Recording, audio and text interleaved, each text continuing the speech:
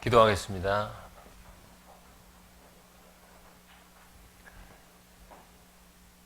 사랑과 은혜가 풍성하신 살아계신 하나님 아버지, 부족한 저희를 사랑하셔서 구원해 주시고 또 늘 부족한 것을 잘 알고 하나님을 의지하는 저희에게 또한 능력과 지혜를 허락해 주시는 것 너무나 감사합니다. 오늘도 후폭교회 구원받은 형제 자매님들과 함께 주님의 무한한 사랑을 주님의 말씀을 통해서 나누고 또 우리가 어떻게 이 세상 가운데 살아갈 때 주님 앞에 기쁨을 드리고 또 우리가 기쁨 가운데 생활할 수 있는지 주님의 말씀으로 주님께서 가르쳐 주시길 간절히 간구합니다.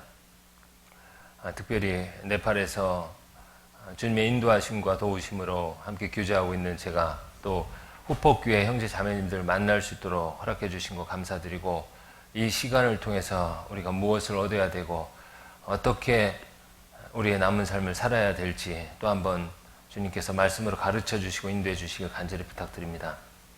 후폭교회에 있는 형제 자매님들이 주님의 그 말씀을 통해서 이 지역에 이뤄진 영혼들에게 주님의 복음과 사랑을 전할 수 있도록 주님께서 또 함께 해주시길 간절히 부탁드립니다. 우리를 사랑하시는 우리 주 예수 그리스도 이름으로 기도드렸습니다. 아멘. 같이 시작하는 말씀으로요. 빌립보서 2장 같이 먼저 읽겠습니다. 빌립보서 2장 5절에서 8절입니다.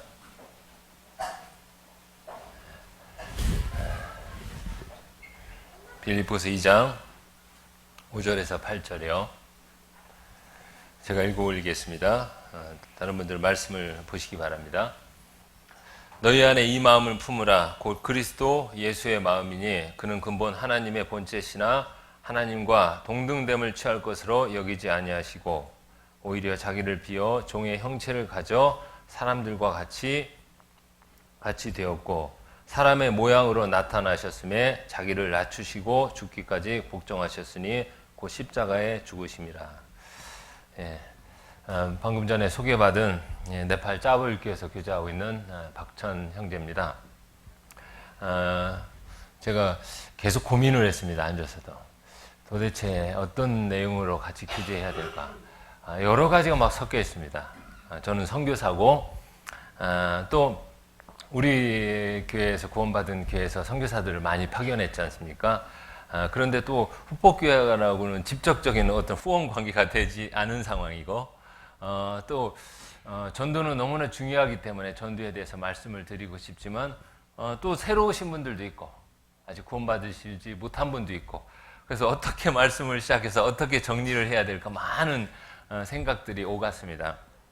그래서 먼저 선교사이기 때문에 제가 이 선교는 제가 사랑이고 기쁨이다라는 생각이 듭니다. 선교는 사랑이고 기쁨입니다. 그래서 그 사랑과 기쁨을 여러분과 함께 나누기 위해서 네팔 선교에 대해서 잠깐 말씀을 드리고 또 우리가 그 사랑과 기쁨을 나누기 위해서는 먼저 거듭나는 게 필요합니다. 거듭나지 않은 분들은 주님의 사랑을 모르기 때문에 그 일에 함께 할 수 없거든요. 그래서 그런 내용으로 함께 교제하고 싶습니다. 먼저 김승배 목사님 잘 아실 겁니다. 김승배 목사님도 오셔서 네팔 선교에 대해서 말씀을 해주셨을 겁니다. 선교는 사랑이고 뭐라고 했습니까? 기쁨입니다. 사랑이 있어야지 선교를 할 수 있습니다. 그리고 사랑의 마음으로 선교를 하면 그 사랑이 내 안에도 채워지는 겁니다. 그리고 두 번째 뭐라고 얘기했습니까? 기쁨이라고 했습니다. 고난이 있지만 최종적인 것은 기쁨입니다. 그래서 여러분들한테 제가 이 자리에 서서 또 담대히 이야기할 수 있고 또 여러분의 시간을 빼앗는 게 아니라고 느껴지는 것은 사랑과 기쁨을 나누기 때문에 그렇습니다. 네팔에 많은 이뤄진 영혼들이 있죠. 네팔에 사는 인구가 3,800만 명 정도 됩니다. 그리고 국토 면적은 우리나라 남북한 합친 것보다 큽니다. 그 네팔에 선교사님들이 5명이 활동하고 있습니다. 누구누구인지는 모르시죠? 제가 오늘 이 자리에서 얘기해도 아마 금방 잊어버릴 걸로 알고 있는데요. 그래도 여러분들이 기억하셔가지고 누구누구인지는 모르지만 선교사님들이 활동하고 있다라고 해서 기도해 주시면 좋을 것 같습니다. 먼저 네팔의 동쪽에서부터 시작하면요. 카투만두가 이제 수도고 중심입니다. 맨 동쪽에 이타리 교회에 이태종 전사님이 계십니다. 이타리교회 이태종 전사님, 조다영 자매님 두 분이 거기서 그 잃어진 영혼들을 위해서 복음을 전하고 있습니다. 카투만두에서 한 11시간 버스 타고 가야 됩니다. 네팔에서 버스 타고 간다는 것은 한국에서 버스 타고 가는 그거 차원이 다릅니다. 네팔의 버스는 한국 버스하고 다르고요. 네팔의 도로도 한국하고 완전히 다릅니다. 거기에 한 10시간 이상을 가야지 이타리 교회가 나옵니다. 거기서 복음을 전하고 있습니다. 이태종 전사님하고 조다영 자매님입니다. 그리고 이제 서쪽으로 가면서 네팔의 이제 수도 카투만두가 있습니다. 카투만두에 태초교회 김영주 목사님, 안은주 자매님 이렇게 교제하고 있습니다. 그리고 짜보일 교회가 또 카투만두에 있습니다. 태초교회에서 한 50분 정도 거리에 떨어져 있는데 태초교회에서 50분 거리에 짜보일 교회가 있고 거기에 저하고 제 자매가 함께 주님을 섬기고 있습니다. 그리고 이제 서쪽으로 가면 짜보일 카투만두에서 한 8시간, 9시간 가면은 부토알이 나옵니다. 부토알에 누가 계신지 아십니까? 잘 알고 계시네요. 네, 김승배 목사님이 사모님하고 같이 계십니다. 거기서 복음을 전하고 교회를 세우는데 굉장히 노력하고 계시고 교회가 건축이 거의 완공 단계에 이르렀습니다.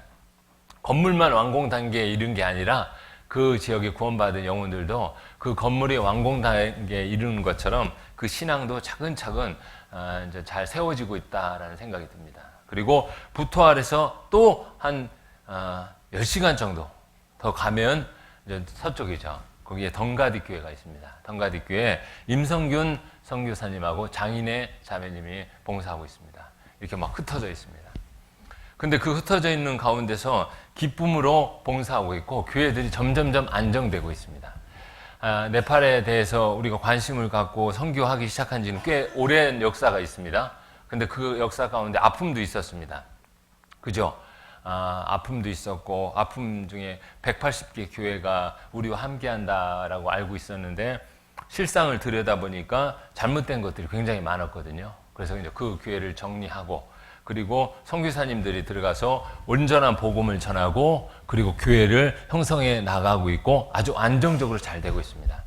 그래서 마음들이 다시 회복되는 것 같습니다. 네팔에 대한 선교의 마음들이 회복돼가지고 점점점 관심도 많아지고 밴드에 1,700명이죠. 1,700명이 가입해서 기도해 주시고 관심을 쏟고 있습니다. 그런 힘도 받아서 더 복음이 잘 전해지고 있습니다.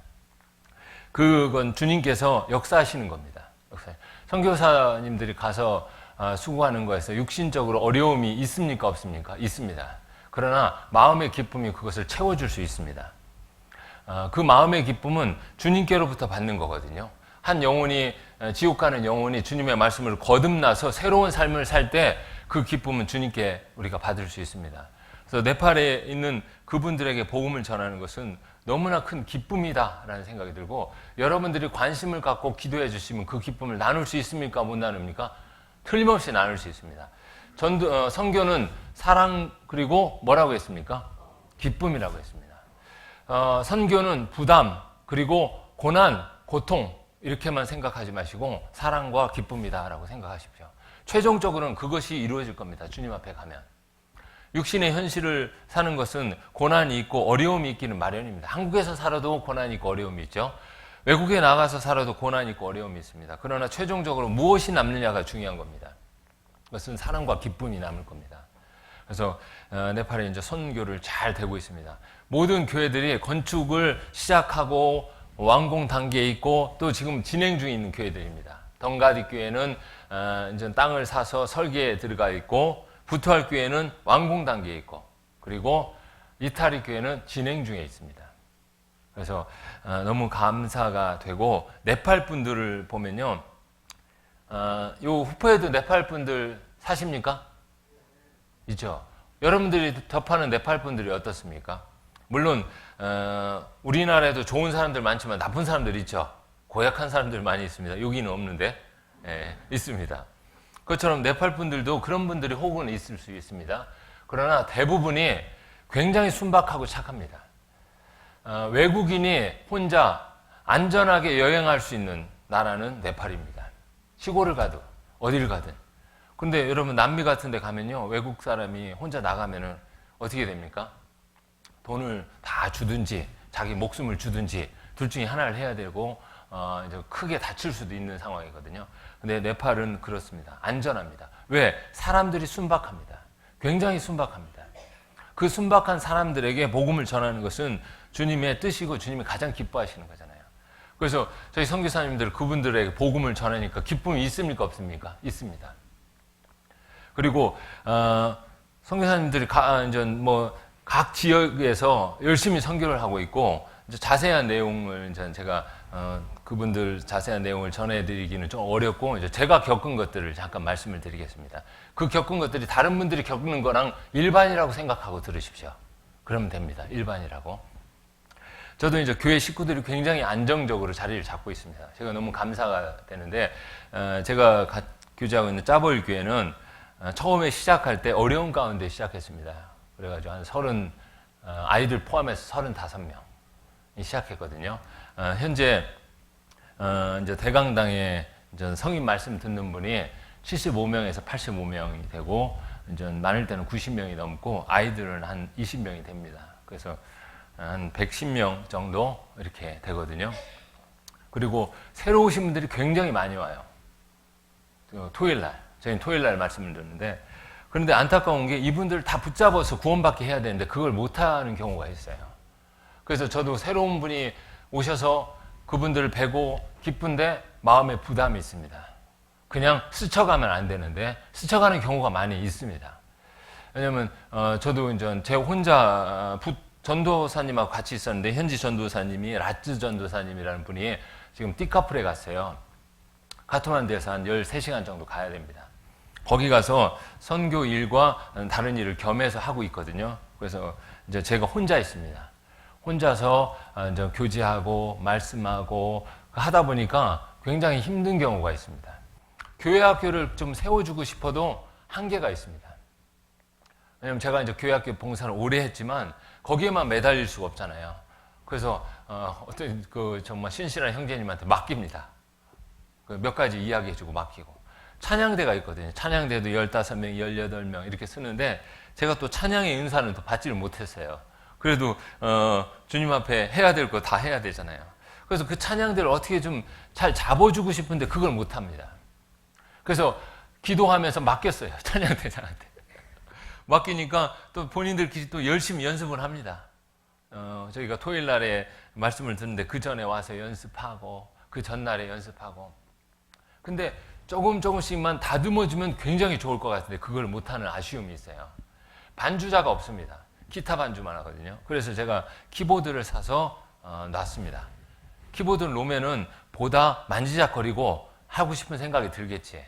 그렇습니다. 그랬더니 이제 한 형제님이 이제 배웠습니다. 근데 드럼 치는 것처럼 이렇게 치는 것뿐이었습니다. 그래도 그게 어디입니까? 없는 것보다 훨씬 난데 그런 상황이고, 토요일 날에 말씀 끝나면 뭐 봉사의 모임, 어머님의 모임 뭐 이렇게 하는데, 제가 한 군데 가면 나머지는 올스톱하는 상황과 비슷한 상황이 되거든요.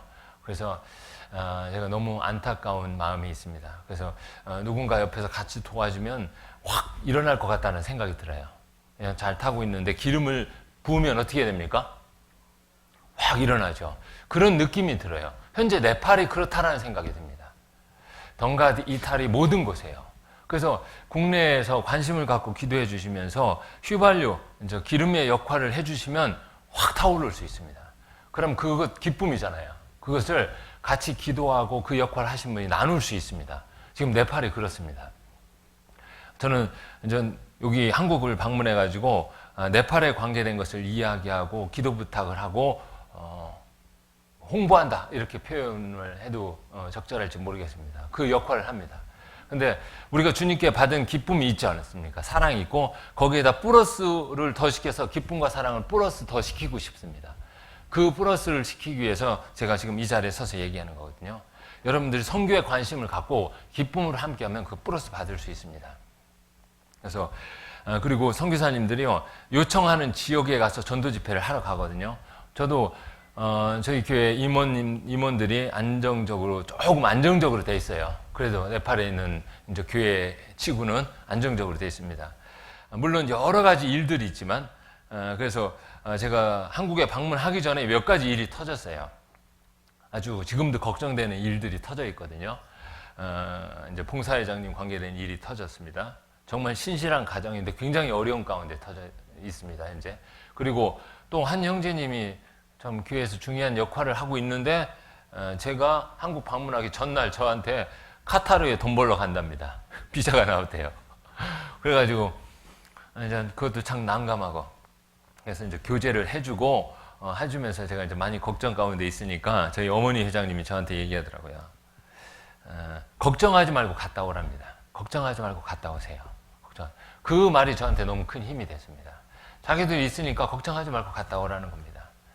그게 너무나 감사가 되고, 그런 상황에 있고, 또 식구들이 그런 마음만 있는 게 아니라 또 전도하고 싶은 열의도 있습니다. 그래서 시골로, 자기 고향으로 전도집 해달라고 불러오는 경우가 있어요. 그래서 제가 작년 말부터 올해 이제 5월 달까지 제가 세 군데를 갔습니다. 솔로쿤부라는 지역하고 고르카라는 지역을 갔거든요.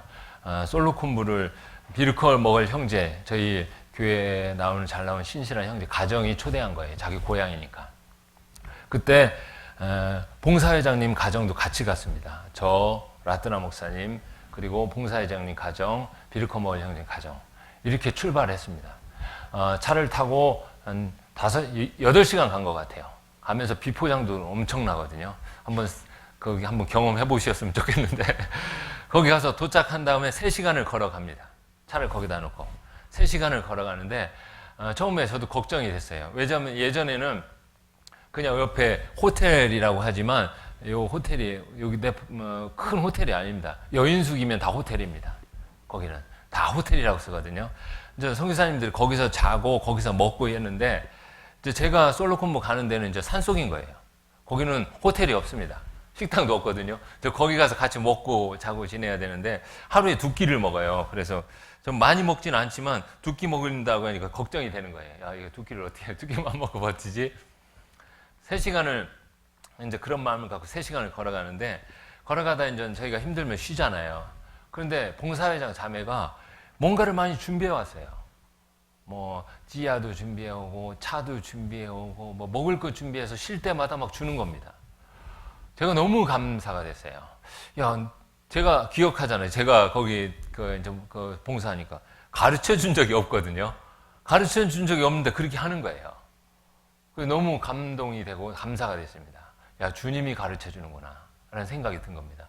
그래서 먹고 또 걸어가고, 그리고 집회하는 내내 봉사회장 부부는 옆에서 그 뒤치다거리 다 했습니다. 비르커머 형제하고 새로 온 사람들 말씀 듣게. 그러면서 집회를 하는데 하루에 2끼를 먹더라고요. 2끼만. 근데 중간에 먹는 게 많았어요. 제가 이제 그때 알았어요. 야, 2끼만 먹고 버틸 수 없는구나. 이분들이 중간에 먹는 게 이렇게 많구나. 거기도 감자가 많이 나고 옥수수가 나거든요. 감자를 쪄서 먹고, 감자를 또 구워서 먹고, 옥수수를 먹고 계속 이렇게 줍니다. 그래서 배불러서 이제 못 먹을 정도로 됐습니다. 해서 계속 그렇게 집회를 하면서 너무 감사가 됐어요. 거기서 집회하고 돌아오면서 세계에서 가장 높은 산이 어떤 산입니까? 예, 그게 네팔에 있거든요. 네팔에 있어도 그 산은 잘 못 봐요. 안나푸르나라, K2나 마차 푸차레 같은 거는 보는데, 제가 거기 돌아오면서 에베레스트 산을 봤습니다. 저기 에베레스트 산이라고 그러더라고요. 그래서 오면서 같이 사진 찍고 오고, 그리고 또 한 번 갔다 왔더니 또 한 번 불렀어요. 솔로쿤부에서. 그래서 2번째 솔로쿤부 집회를 갔거든요. 2번째 솔로쿤부 집회를 갔을 때도 더 감사가 됐습니다. 2번째 솔로쿤부 집회는 저희 비르커 먹을 형제님이 자기 이제 장모님 처갓집 전도하고 싶었던 거예요. 그 처갓집 식구들도 교회를 다니는데 저 복음이 없는 교회를 다닙니다. 그래서 이제 거기 가서 숙식을 하면서 전도 집회를 하고, 또 주거라 지역이라고 1시간 반 떨어진 데 가서 또 집회를 하기로 했거든요. 그래서 하루에 집회를 2군데 하기로 하고 갔습니다. 가서 저희가 이제 저녁 늦게 도착해서 이제 저희가 이제 묵을 집으로 갔어요. 비글컬 먹을 형제님 그 처갓집에. 들어가는데 거기 한 분이 딱 앉아 있는 거예요. 근데 비르커 머걸 형제의 동서랍니다. 동서가. 근데 그분이 목사님이에요. 근데 우리 좀 복음이 없는 교회 목사님이죠. 거기 딱 앉아 있더라고요. 그래서 저희가 앉아서 이런저런 이야기를 했습니다. 이야기를 하다 보니까 완전 변론이 생겨버렸어요. 변론이. 복음이 없으니까. 그냥 마음으로 저희 집회를 못하게 하려고 온 것 같아요. 온 것 같습니다. 그러니까 그렇게 막 변론을 주고받다 보니까는 가족 간에 싸움이 벌어졌어요. 저는 옆에 앉아 있는데 뭐 큰 싸움이 벌어진 겁니다. 가족 간에. 뭐 그래가지고 이제 비르커 머걸 형제 자매는 왜 우리 부모님한테 말씀을 전하는데 당신이 막냐 이거예요. 막냐. 근데 거기 그분은 이제 또 그 여동생의 남편이잖아요. 여기 복음 못 전한다 이거예요. 여기서는 그거 못 한다. 막 싸움이 벌어졌습니다. 그래서 제가 이제 그만 싸우라고 가족 간에 이제 싸움 붙이러 온 거 아니잖아요. 그래서 하고 이제 밖에 나갔습니다. 다른 장소에 자러 나가려고. 그래서 그때 이렇게 밖에 나가면서 라쭈 전사님이 우린 차에서 사면 됩니다. 이렇게 하더라고요. 그래서 나가자고 해서 짐을 챙기고 다 나가는데 그 비르커 머걸 형제 처남이 자기 집으로 불렀습니다. 자기 집에 가서 자고 그 집에 가자고. 그래서 그 집을 위로 올라갔습니다. 올라갔더니 집이 더 넓었습니다. 좀 넓었습니다. 그런데 거기서 이제 자면서 밥을 먹으면서 이야기를 하니까 자기 집에서 집회하면 된대요. 그럼 어머니 오시면 된다고. 그래서 이제 그 집에서 집회하기로 했습니다. 조금 더 넓어졌습니다, 공간이. 그래서 이제 저녁은 그 집에서 집회하고 낮에는 1시간 반 떨어진 데 가서 집회하는 걸로 해가지고 계획을 잡았습니다. 그래서 낮에 1시간 차 타고 간 다음 30분 더 걸어가야 됩니다. 30분 걸어가면 아주 자그마한 교회가 나옵니다. 그리고 그 인근에 사는 사람들은 좀 옷을 수선하는 일을 하기 때문에 네팔에서도 조금 신분적으로 낮은 계층에 있기 때문에 대우를 잘 못 받아요. 근데 그분들이 와서 말씀을 들었거든요. 그래서 2시간 2번 말씀을 전하고 다시 1시간 반 돌아와서 저녁 저희 숙소에서 또 이제 말씀을 2번 합니다. 그렇게 했는데 너무 감사했던 게 처음에 솔로쿤부 가서 집회를 했을 때 거기서 구원받았다는 수빅 목사님하고 거기 학생들이요. 저희가 숙소에서 하는 집회에 참석하기 위해서 왔습니다. 3시간을 걸어서. 3시간 걸어서 와서 저녁 말씀을 듣습니다. 그리고 그 다음날 아침에 일찍 일어나서 3시간 걸어서 갑니다. 학교 가야 되니까. 일해야 되니까. 그리고 저녁에 또 3시간 걸어서 왔습니다. 제가 보고 너무 감사가 됐습니다. 아주 순박하고 순진합니다. 그런 분들이 네팔에 많이 있습니다. 우리가 그런 분들한테 복음을 전하는 것은 주님께서 원하시는 거고 기쁨이잖아요. 그래서 세계 선교나 국내 전도나 이뤄진 영혼들을 우리가 만나고 전도하는 것은 너무나 중요하고 거기서 기쁨을 얻을 수 있습니다. 저도 너무 기뻤거든요. 그 학생들이 얼마나 순수하냐면요. 저희가 이제 저녁에 첫날 집회를 준비하면서 물건을 차에다 놓고 온 게 있어요. 근데 차까지 내려가는데도 한 20분 내려가야 되거든요. 그러니까 저희도 이제 피곤하니까 그 학생들이 내려갔어요. 내려갔는데 연락이 없어요. 길을 잃어버렸나. 휴대폰들은 있거든요. 전화를 해도 안 받고 집회는 시작해야 되는데 나중에 전화를 받았어요. 차를 찾았대요. 그래서 이제 짐을 가지고 오라고 했어요. 열쇠도 누르면 열리는 거잖아요. 이런 거. 그걸 가르쳐 줬어요. 이거 누르면 열리고 닫고 이거 누르면 잠긴다. 근데 그 다음에 또 안 오는 거예요. 계속. 그래서 또 전화했더니 차 문을 닫았는데 차 안에 불이 계속 들어온다는 거예요. 그래서 거기서 떠나지를 못하고 있는 거예요. 근데 왜 차 문에 불이 들어오는지 아십니까? 차 문을 세게 닫아야 되는데 세게 닫으면 부서질까 봐 살짝. 그러니까 안에 불이 켜지니까 또 못 가고 또 있다가 또 살짝. 계속 거기서 그러는 거예요. 그래가지고 전화로 세게 쾅 닫으라 라고 얘기를 했어요. 이제 그렇게 집회를 하고 이제 고르카라는 데도 가면은 저는 이제 고르카 가니까 이제 그 다음에 올해 5월달에 고르카 갔거든요. 고르카는 꺼멀 형제 임원인데 그 형제가 불러서 그 형제가 이제 자기 이제 부모님이 있고 이제 그 곳을 부른 겁니다. 그리고 꺼멀 형제님 누나가 굉장히 요청을 해서 갔어요. 갔는데 그 지역도 굉장히 작습니다. 시골 마을이거든요. 너무 방이 작아서 15명이 앉으니까 꽉 찼어요. 그래가지고 밖에 다른 분들이 싹 앉아서 구멍을 들여다봅니다. 뭐 하나. 그러니까 처음 보는 분들 있잖아요.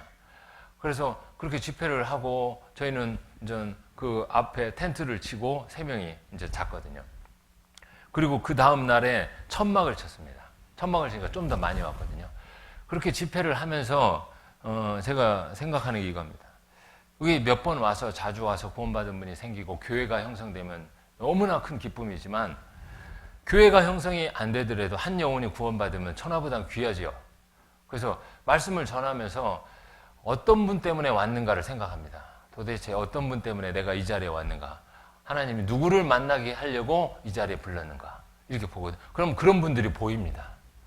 정말 어려운 환경에 있는데 말씀을 간절히 사모하고 나이를 많이 드신 분인데 너무 놀랍게 전도 집회 내용을 기억하고 질문하고 끝날 때마다 그런 분이 있어요. 그러니까 그런 분 때문에 왔다라는 게 느껴지는 거예요. 아, 주님이 이 사람을 만나게 하러 왔다. 그러면은 다른 분이 많은 분들이 말씀을 안 들어도 힘이 납니까 안 납니까? 힘이 나는 겁니다. 그분들 보면. 왜냐하면 주님이 그분들 때문에 불렀으니까. 그렇게 전도 집회를 하면은 그분들이 구원받고 이렇게 되니까 너무 감사가 됩니다. 덩가디, 부토알, 그리고 태초, 짜빌, 이타리, 그리고 현지 목사님들 하고 전도사님 안수받은 목사님하고 전도사님이 라트나 목사님, 루드라 전사님, 라츠 전사님 이렇게 다들 열심히 합니다. 그래서 이번에 올 때 루드라 전사님이 저랑 같이 동행해서 왔습니다.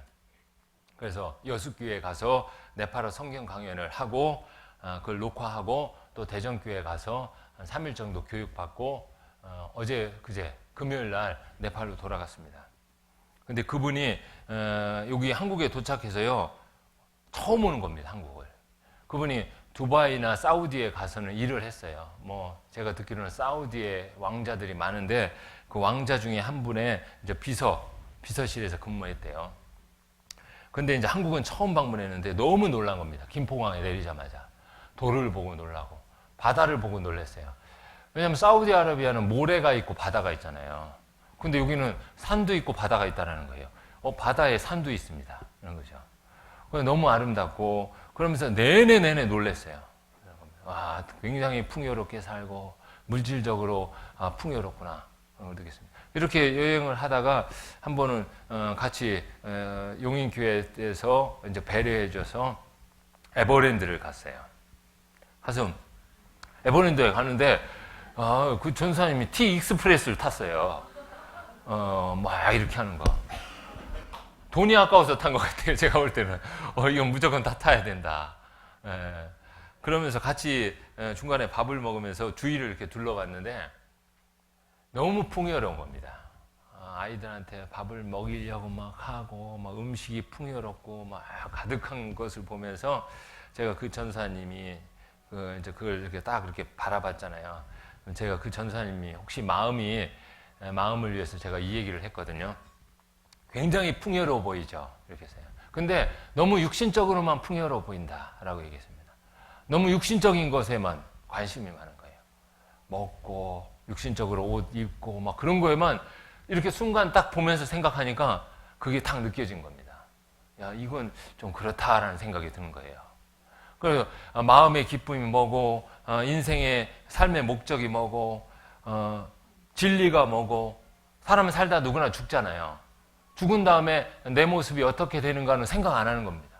그냥 육신적인 거면 하루하루 돈 벌고 먹고 자고 그리고 맛있는 거 먹는 거 그런 걸 보면서 전수사님도 공감을 하더라고요. 물질적으로 너무 풍요하고 너무 물질적으로만 이렇게 움직이는 것 같다는 느낌이 들었을까요? 안 들었을까요? 그게 들었습니다. 그러면서 순간 저도 그런 생각이 많이 들었어요. 여러분은 어떻습니까? 사람의 삶의 목적이 무엇인가가 명확해야 됩니다. 이 육신이 전부가 아니잖아요. 육신은 언젠가는 병들고 시간이 지나거나 또 사고를 당하거나 해서 언젠간 육신은 죽게 마련입니다. 아무리 행복을 위해서 발버둥쳐서 살지만 육신을 통해서는 완전한 행복을 얻을 수 없습니다. 없습니다. 그거는 오히려 슬픔이 되고 마음의 아픔이 되는 겁니다. 그런데 그걸 우리가 조금만 생각하면 됩니다. 진정한 기쁨이 뭐고 진정한 행복이 무엇인가, 완전한 행복이 무엇인가를 생각해 볼 필요가 있거든요. 그거는 바로 그리스도를 통해서 얻을 수 있다는 것도 제가 그 전수사님하고 동행하면서 좀 느꼈습니다. 그래서 네팔 선교는 여기까지 제가 말씀드리겠습니다. 여러분들이 기억해 주시고 기도해 주십시오. 선교는 사랑이고 기쁨입니다. 그리고 전도도 사랑이고 기쁨입니다. 선교나 전도나 똑같습니까? 다릅니까? 저는 해외에서 전도하니까 뭐라고 부릅니까? 선교라고 하죠. 국내에서 하시는 분들은 뭡니까? 전도입니다. 그러니까 전도도 사랑이고 뭡니까? 기쁨인 겁니다. 사랑과 기쁨. 주님의 사랑이 없으면 전도할 수 없습니다. 전도하면 기쁨이 있습니까? 없습니까? 기쁨이 있습니다. 그래서 이게 바로 영적인 기쁨인 겁니다. 이게 영원한 겁니다. 우리가 이 세상 상황을 보면 정말 저는 점점점 느낍니다. 정말 주님이 가까이 오실 때가 됐다라는 게 느껴지는 거예요. 세계에 돌아가는 거 보십시오. 예수님이 분명히 말씀하셨잖아요. 마지막 때 이런 일이 있겠고 이렇게 말씀하셨죠. 근데 너무나 명확하게 그런 일들이 이루어지고 있잖아요. 테러, 프랑스에서 또 한번 테러 일어났죠. 예. 그런 게 그 테러로 얼마나 많은 사람들이 죽었습니까? 계속 일어납니다. 자연재해는 계속 일어납니다. 사람들의 마음속에 그 불신과 그리고 죄악은 점점점 가득 차 가고 있고, 그리고 주님이 말씀하신 대로 마지막 때는 점점점 다가오는데 사람들의 마음은 진리 쪽에 향하는 것보다 세상의 물질 쪽으로 향하는 게 점점점 더 많아지고 있습니다. 그래서 우리가 진정한 기쁨은 그리스도를 통해서 배울 수 있습니다. 빌립보서 2장 5절 8절에 이런 말씀이 있죠. 다시 한번 제가 읽겠습니다. 빌립보서 2장 5절 8절입니다. 제가 읽어 올리겠습니다. 너희 안에 이 마음을 품으라. 곧 그리스도 예수의 마음이니 그는 근본 하나님의 본체시나 하나님과 동등됨을 취할 것을 여기지 아니하시고 오히려 자기를 비어 종의 형체를 가져 사람들과 같이 되었고 사람의 모양으로 나타나셨음에 자기를 낮추시고 죽기까지 복종하셨으니 곧 십자가에 죽으심이라. 너희 안에 이 마음을 품으라 라고 했습니다. 그리스도의 마음. 여러분이 그리스도의 마음을 품어야 되는데 그리스도는 어떤 마음을 가지고 있냐? 8절에 보면 사람의 모양으로 나타나셨음에 자기를 낮추시고 죽기까지 복종하셨으니 곧 십자가에 죽으심이라. 그리스도는 십자가에 죽었다라는 겁니다. 이것은 진리고 사실입니다. 근데 하나님의 아들 그리스도께서 왜 이 땅에 오셨는가? 왜 자기를 낮추시고 십자가에 죽으셨는가? 바로 모든 사람들에게 그 사랑을 통해서 진리를 주기 위해서입니다. 거듭나게 하기 위해서입니다. 육신적인 것만 쫓고 사는 사람들, 진정한 기쁨을 모르고 살아가다가 어느 순간 어떻게 될지 모르는데 그것을 생각을 많이 안 하죠. 안 하고 앞으로 내 미래는 그냥 큰 탈 없이 잘 될 거라는 막연한 생각을 가지고 살아가는 사람들에게 주님께서는 십자가를 통해서 영원한 생명을 주시려고 온 겁니다. 영원한 생명. 영생이라는 게 있습니다. 그게 바로 주님의 사랑인데 그걸 얻기 전에는 마음에 만족이 없습니다. 열심히 일해도 마음에 만족이 없는 거예요. 일하러 태어났습니까? 그게 아니지 않습니까? 노래 중에 제가 노래를 잘하면 이 노래도 불러드리고 싶은데 그러지 못해가지고 당신은 사랑받기 위해 태어난 사람이라는 게 있죠. 들어보셨습니까? 당신은 사랑받기 위해 태어난 사람입니다. 여러분은 사랑받기 위해 태어난 겁니다. 그래서 사람은 사랑받을 때 가장 기쁜 거예요. 물질을 얻었을 때 만족이 오는 게 아닙니다. 높은 권력에 있었을 때 만족이 오는 게 아닙니다. 사랑받을 때 행복합니다. 자녀는 부모의 사랑, 부부 간의 사랑, 친구 간의 사랑. 이 세상의 사랑 완벽하지 않잖아요. 부모가 자녀를 사랑하는 사랑도 완벽한 건 아닙니다. 그죠? 그렇기 때문에 가끔 우리가 들으면 어쩜 저런 일이 일어날 수 있을까? 그런 사건들이 일어나잖아요. 그런 사랑. 이런 사랑을, 완전하지 않은 사랑을 받아도 행복한데 하나님의 사랑은 완전하다는 겁니다. 이 하나님의 사랑은 그리스도를 통해서 나타난 겁니다. 같이 전도서 1장 보겠습니다. 전도서 1장. 전도서 1장 3절을 보겠습니다.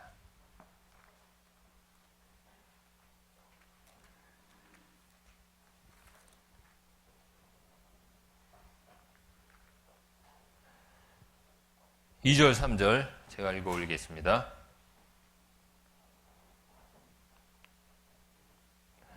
전도자가 가로되 헛되고 헛되며 헛되고 헛되니 모든 것이 헛되도다. 전도자 누군지 아시죠? 솔로몬이 얘기했습니다. 솔로몬은 사람들이 갖고 싶은 것을 다 세상에서 얻을 수 있는 것들은 충족이 된 사람이라고 생각할 수 있습니다. 지혜를 가졌죠. 권력을 가졌죠. 돈을 가졌죠. 세상의 육신적인 사랑을 소유했던 사람입니다. 다 가졌잖아요. 그런데 그 솔로몬이 뭐라고 했습니까? 그 세상에 있는 만족, 세상에서 갖고 싶은 걸 다 가졌지만 그것은 결론적으로 헛되고 헛되며 헛되고 헛되다 이렇게 얘기했습니다. 아무것도 아니다. 진정한 마음의 기쁨을 얻지 못한다라고 얘기했습니다. 그러나 우리는 그걸 갖고 싶어서 애를 씁니다. 근데 하나님은 솔로몬을 통해서 이미 입증해 주신 것을 보여주고 있잖아요. 헛되다. 그러면서 해 아래서 수고하는 거. 3절에 사람이 해 아래서 수고하는 이 인생 가운데서 수고하는 모든 수고가 자기에게 무엇이 유익한 거 이렇게 얘기합니다. 죽을 때 다 놓고 갑니다. 언제 죽을지 모릅니다. 가져가는 거 하나도 없습니다. 근데 죽음은 굉장히 두려워요. 어떤 분은 생명보험을 들어놓죠. 참 자기 죽은 다음에 뒷사람들을 위해서 준비하는 겁니다. 그죠? 자기가 죽은 다음에 어떻게 되는지는 생각을 좀 잘 안 하는 것 같아요. 성경에서는 모든 사람이 죽으면 하나님 앞에 가서 심판받는다라고 나와 있습니다. 그래서 죽음이 두려운 겁니다. 그런데 정말 이 세상에 있는 것들만 위해서 굉장히 수고합니다. 그건 아주 헛되다라고 얘기합니다. 진정한 기쁨과 만족을 얻을 수 없습니다. 전도서 2장을 한번 보겠습니다. 2장 21절에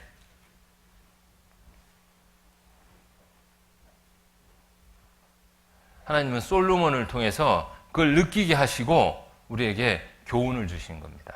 21절, 22절.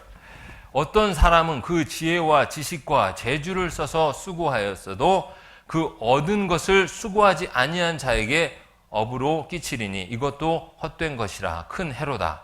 22절은 같이 읽겠습니다. 사람이 해 아래서 수고하는 모든 수고와 마음에 애쓰는 것으로 소득이 무엇이랴? 소득이 무엇입니까? 경험을 해보셨죠? 여러분 소득이 무엇입니까? 많이 애썼습니다. 많이 수고했습니다. 돈을 벌었습니다. 자, 그 소득이 무엇입니까? 여러분 무엇을 얻었습니까? 돈은 얻었죠. 그러나 여러분 만족을 얻었습니까? 기쁨을 얻었습니까? 삶의 목적을 얻었습니까? 이게 중요하다는 겁니다.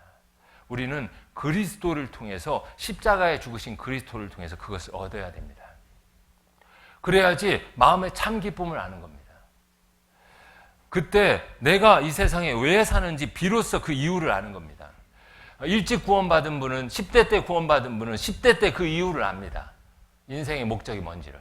20대 때, 30대 때, 40대 때. 어떤 분은 70대가 돼서야 그 이유를 압니다.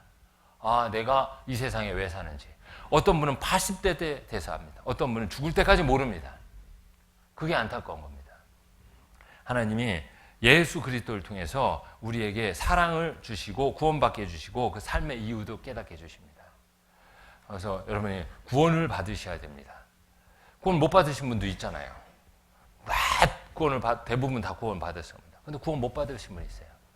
구원이 뭐냐? 바로 예수 그리스도를 통해서 삶의 의미를 깨닫는 겁니다. 거듭나는 겁니다.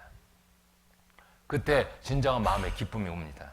그 사람이 이제 신앙생활을 할 때 그리스도의 마음을 그 마음판에 담고 살아야 되는 겁니다. 마음판에 담고 살아야 돼요. 그래서 5절에 이렇게 생각하죠. 그리스도의 마음을 가지라. 이제 여러분들한테 그리스도의 마음을 가졌으면 좋겠다라는 말씀을 드리고 싶습니다. 여러분 마음에, 거듭난 여러분 마음에 어떤 것을 담아야 됩니까? 그리스도의 마음을 담으라 합니다. 어떤 분은 구원받았지만 그 마음에 물질을 담고 사는 분이 있어요. 그죠? 그러면 그분은 그 마음의 생각이 어떠하면 그 유인도 그러하다라고 했습니다. 그러면 보는 것은 물질적인 겁니다. 얘기하는 것도 그렇게 나오게 돼 있는 거예요. 그래서 여러분이 어떤 마음을 품고 사느냐가 중요합니다. 권력을 마음에 품고 사는 사람은 항상 권력을 지향하면서 살아가는 겁니다. 그걸 찾아가는 거예요. 쫓아다니는 겁니다. 세상의 쾌락을 그 마음에 담고 사는 사람은 항상 그 세상의 쾌락을 쫓아가게 돼 있는 겁니다. 그래서 여러분 구원받은 사람은 어떤 마음을 담아야 됩니까? 그리스도의 마음을 담아야 됩니다. 그리스도의 마음을 품으라 이렇게 얘기했어요. 그리스도의 마음이 뭐냐? 어제도 잠깐 제가 말씀드린 것처럼 저는 사랑이다라고 생각합니다. 그리스도의 마음을 품는 거. 그럴 때 그 마음이 어떠하면 그 유인도 그러하다. 마음의 생각이 어떠하면 그 유인도 그러하다라는 말씀처럼 그렇게 될 수 있는 겁니다. 잠언 23장 제가 말로 말씀드리는데요. 같이 찾아보겠습니다. 잠언 23장 7절입니다.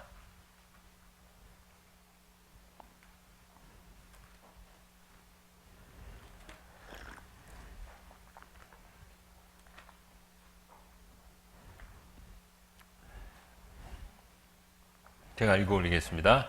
대저 그 마음의 생각이 어떠하면 그 유인도 그러한즉 그가 너더러 먹고 마시라 할지라도 그 마음은 너와 함께하지 아니함이라.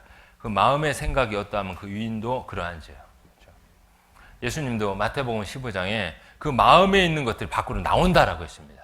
그죠? 마음에 죄성이 있어요. 미움이 있고 그 시기가 있으면 언젠가 그게 나오는 겁니다. 그래서 우리가 마음에 그리스도의 마음을 담는 것은 아주 중요합니다. 구원받은 그리스도인들이요. 성경에서도 그리스도의 마음을 가지라 이렇게 했습니다. 그런데 그리스도의 마음이 어떤 마음인가? 제가 사랑이다라고 얘기했지만 그 6절, 7절, 8절에 그리스도의 마음을 우리가 생각할 수 있습니다. 빌립보서 2장 6절을 보겠습니다. 2장 6절입니다.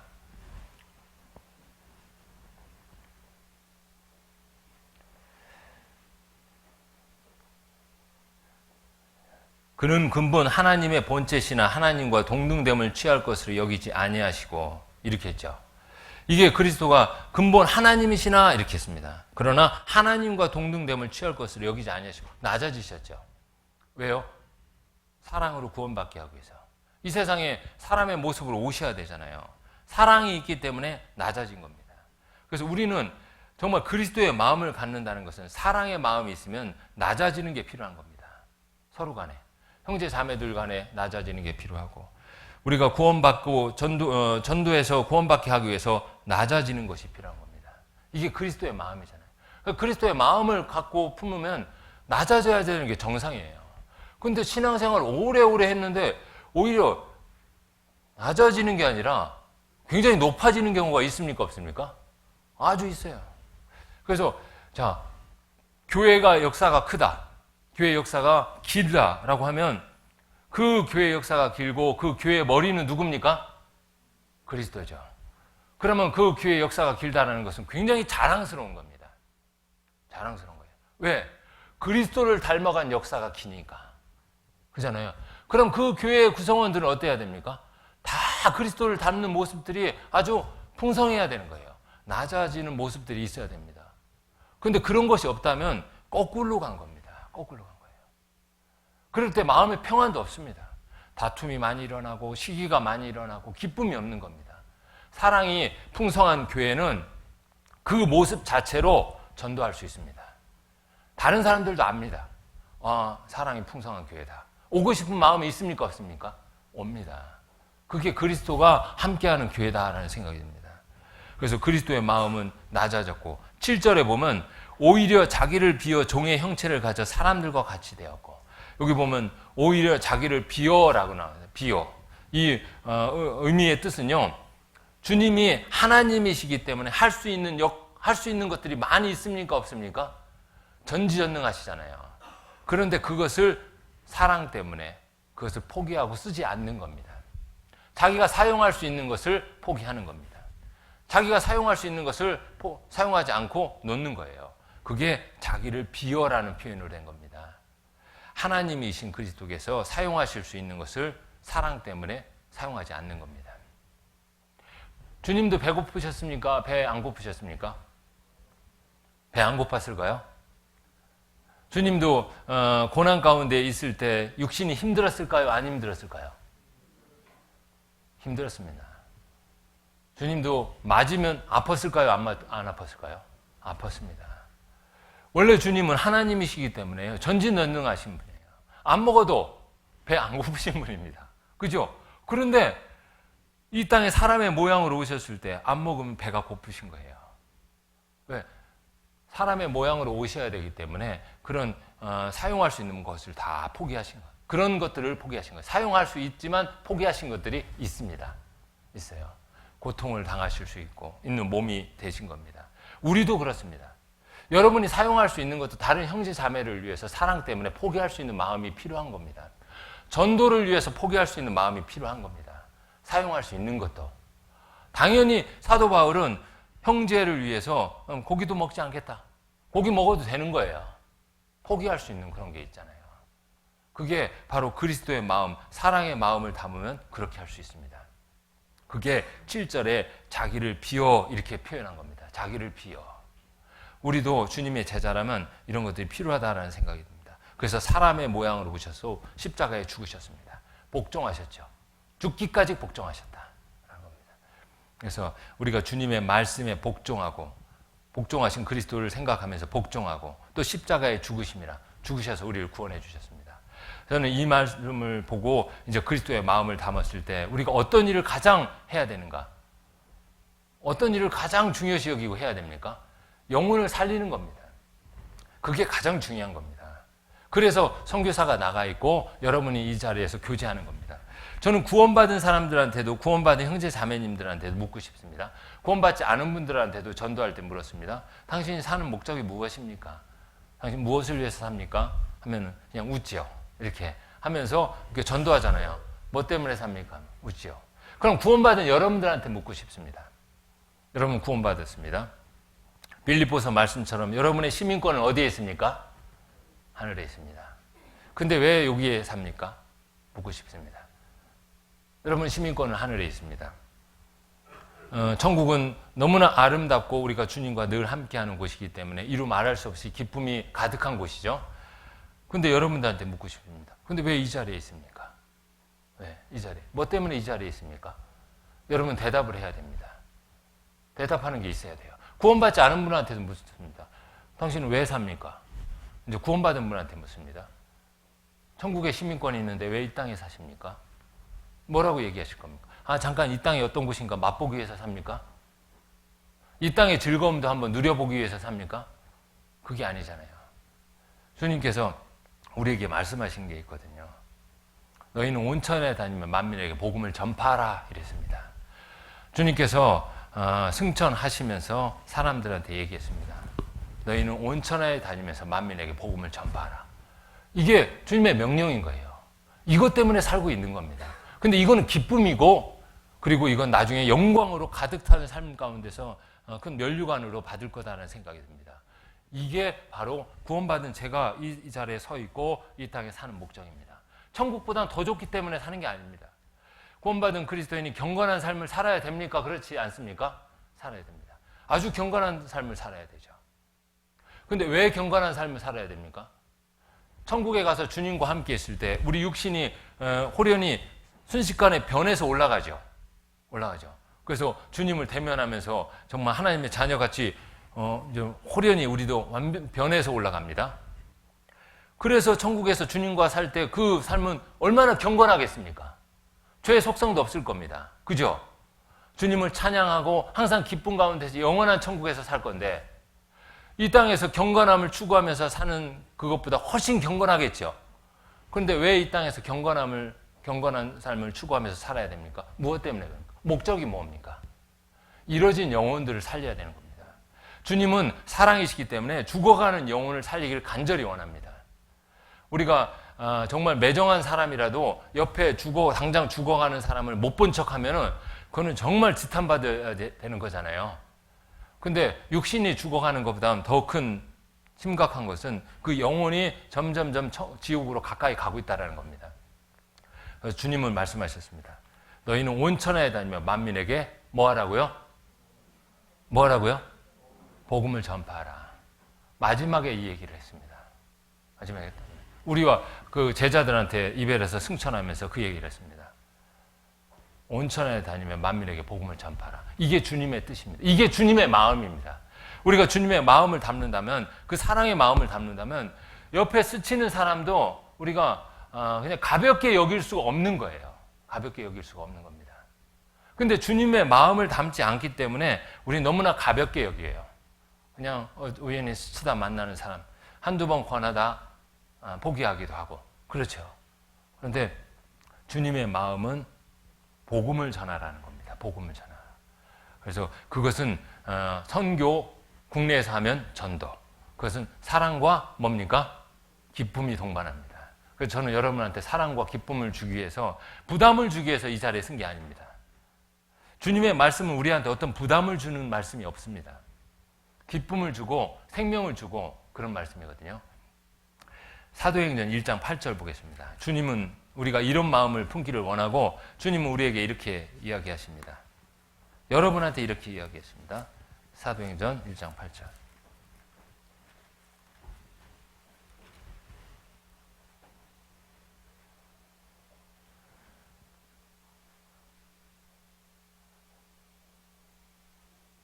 (7절) (8절) 7절 8절을요 같이 읽겠습니다. 가라사대 때와 기한은 아버지께서 자기의 권한에 두셨으니 너희의 알 바 아니요 오직 성령이 너희에게 임하시면 너희가 권능을 받고 예루살렘과 온 유대와 사마리아와 땅끝까지 이르러 내 증인이 되리라 하시니라. 그래서 때와 기한은 아버지께서 자기 권한에 두셨으니 너희 알 바 아니요. 때와 기한이 있습니다. 그런데 그건 하나님만 아시죠. 어느 때 이 세상이 끝날지, 내가 언제 죽을지 모릅니다. 하나님은 아십니다. 여러분의 때와 기한도 여러분이 모르고 하나님이 아십니다. 오늘 말씀을 끝나고 내가 어떻게 될지 아무도 모릅니다. 하나님만 아십니다. 그런데 때와 기한은 하나님만 아시고 있고, 그 하나님이 우리에게 이렇게 얘기합니다. 주어진 때, 주어진 시간 안에서 너희는 성령이 너희에게 임하시면 너희가 권능을 받아 예루살렘과 온 유대와 사마리아와 땅끝까지 이르러 내 증인이 되리라. 이렇게 말씀하셨습니다. 구원받은 사람 안에는 성령이 임했습니까? 안 임했습니까? 임했습니다. 성령이 임하면 이 때를 주신 주님이 있습니다. 그리고 우리는 점점점 복음의 확장이 이루어지는 삶을 살아야 됩니다. 예루살렘에서 시작되죠. 예루살렘. 그리고 그 다음 어디 갑니까? 예루살렘에 멈춰져 있습니까? 온 유대와. 그 다음에 어디 갑니까? 사마리아와. 그 다음 어디 갑니까? 땅끝까지. 그래서 내 증인이 되리라 해서 우리는 주님의 증인인 겁니다. 성령이 임해서 구원받은 사람은 주님의 증인입니다. 그래서 증인의 삶을 사는 겁니다. 증인의 삶은 자기가 증거해야 되는 것을 확실하게 담대하게 증거해야 되는 거예요. 그걸 잊으면 안 됩니다. 그리고 그것은 점점점 확대돼야 됩니다. 자, 여러분 예루살렘과 이렇게 말씀하신 것처럼 우리가 구원받으면 가장 가까이 있는 사람들에게 복음이 전해지죠. 가족에게, 친척에게, 그죠? 그 다음에 어떻게 됩니까? 친구에게. 그리고 확장이 됩니까? 안 됩니까? 점점점 확장이 되는 거예요. 직장 동료에게 또는 이웃에게, 그리고 이제 후포에서 울진으로, 그리고 온 대한민국으로, 그리고 여기는 사마리아가 나오죠. 사마리아에 이르고 그리고 땅끝까지. 그래서 유대화라는 말씀처럼 점점 복음이 확장돼야 되는 겁니다. 그래서 이 복음은 지역적으로도 확장이 돼야 돼요.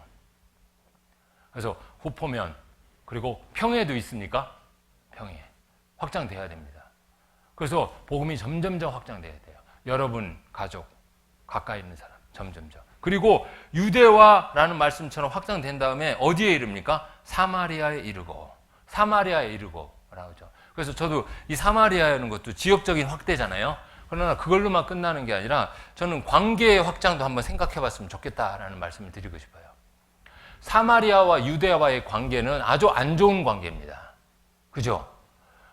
솔로몬 왕이 죽고 사후 2년이 지나서 솔로몬이 다스렸던 나라가 두 개의 나라로 나눠집니다. 이스라엘이. 그래서 북이스라엘, 그리고 뭘로 나눠집니까? 남이다. 예. 여로보암이 다 만든 북이스라엘, 르호보암이 한 남유다. 이렇게 나눠집니다. 나눠지면서 계속 전쟁을 합니까? 안 합니까? 계속 전쟁합니다. 계속 싸웁니다. 그래서 그 남유다와 북이스라엘의 역사는 막 증오와 전쟁으로 얼룩진 역사인 거예요. 그죠? 그러니까 미움이 가득하겠습니까? 안 하겠습니까? 미움이 가득한 상대인 거예요. 사마리아는. 거기다가 이 사마리아라는 나라가 나중에 아시리아라는 나라에 의해서 정복이 되면서 이방인 나라에 의해서 정복이 됩니다. 그러면서 이방인과 피가 섞이는 거예요. 그러니까 종교적으로도 문제가 생겨버리는 거예요. 그래서 유대 사람들이 사마리아 사람들을 볼 때는 인간적으로 증오의 역사가 있고 싸움과 갈등의 역사가 있을 뿐만 아니라 종교적으로 멸시의 대상이 되는 겁니다. 그래서 사마리아 사람들을 굉장히 멸시했습니다. 개같이 멸시했던 겁니다. 그런데 자, 사마리아까지 이르는 거예요. 사마리아까지. 관계 회복도 해야 되는 겁니다. 예수님은 사마리아 여인에게 복음을 전했습니까? 안 했습니까? 전했습니다. 예수님이 그냥 가다가 우연히 노중에 사마리아 여인을 만난 게 아니에요. 우연히 찾아간 겁니다. 사마리아 제자들은 사마리아 지역을 가는 것을 꺼려했을 거예요. 꺼려한 거예요. 유대인은 사마리아 지역을 가는 것 자체도 꺼려해요. 싫어하는 겁니다. 그럼 복음을 전할 수 있겠습니까? 근데 예수님이 사마리아 지역을 가는 거예요. 사마리아 여인을 만났습니다. 복음을 전합니다. 자, 유대인들은 아마 그 제자들은 예수님이 사마리아 지역을 비껴가기를 원했을 겁니다. 이렇게. 그죠? 이렇게. 근데 우리도 그런 경우가 있어요. 복음을 전하는데 누구는 비껴가고 싶은 거예요. 이렇게. 그죠?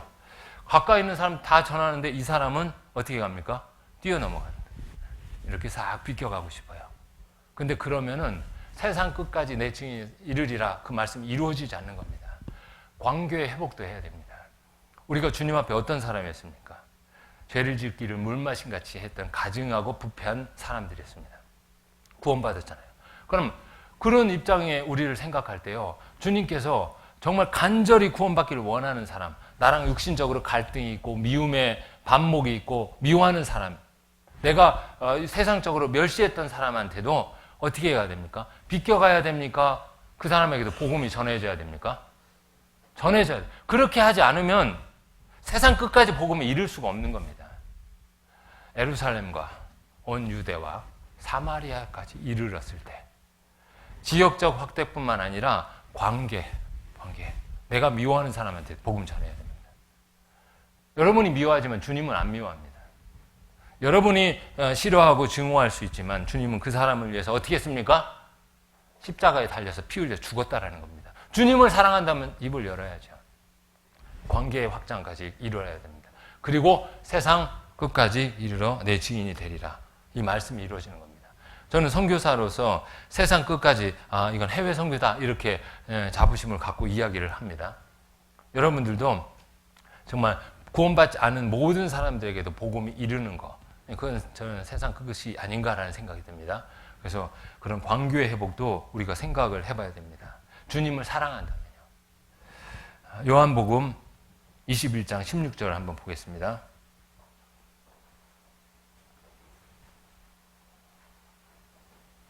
요한복음 21장 16절이요.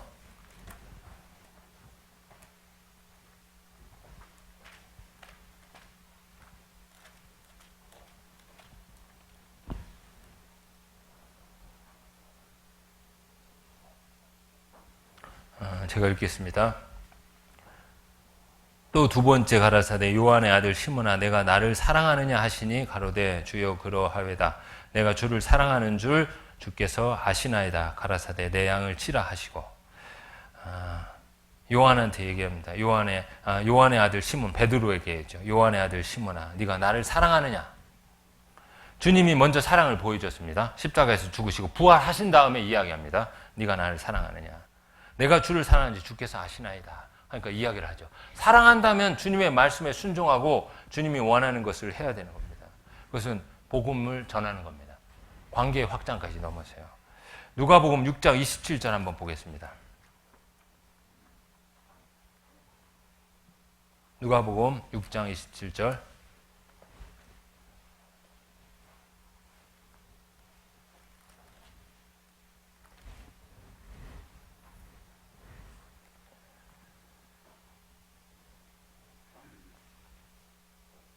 (27절) 28절만 같이 읽겠습니다.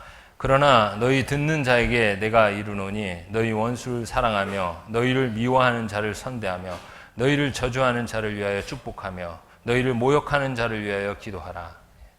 저는 정말 살아가다 보면 관계가 안 좋은 사람들이 있는데 그 사람들을 사랑하는 것, 그리고 선대히 대하는 게 뭔가 복음을 전하는 거라는 생각이 듭니다. 그래서 우리가 그 사람들에게 복음을 전하는 게 필요합니다. 우리가 이제 관계 회복을 하려면 자꾸 생각이 드는 게 있어요. 아, 이 사람이 나한테 밉게 했던 것들이 생각이 나는 거예요. 그죠? 그래서 뒤통수만 봐도 미운 사람 있습니까? 없습니까? 있어요. 이 사람이 예전에 나한테 이렇게 했어. 아까도 이렇게 했어. 이제 그런 게 자꾸 쌓이는 거예요. 그래서